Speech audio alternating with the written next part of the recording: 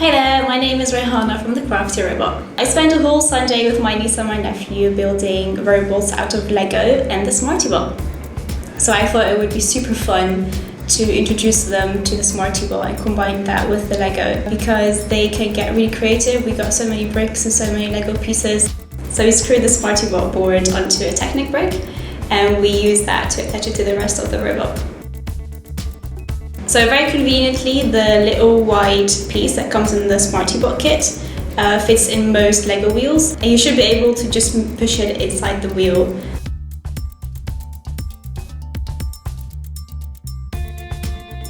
We attached the motors by building a cage around it, so my niece and my nephew both did it differently, but it worked equally well, and it's to keep the motor in place.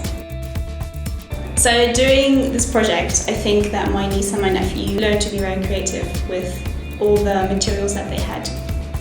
And from a learning perspective, I think they learned several engineering skills, like weight distribution. Bigger wheels are often better than smaller wheels. Not to have too much weight on the robot because it would slow it down. I had lots of fun. My niece and my nephew taught me lots of really great Lego tricks. I love playing with them and just being really creative with it and making crazy robots that can move around and that you can control with the app. The best thing about it was playing with Lego.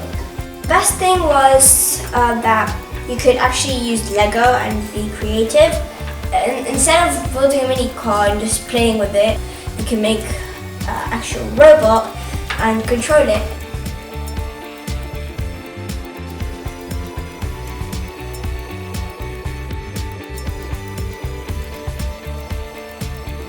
Thank you so much for watching this video.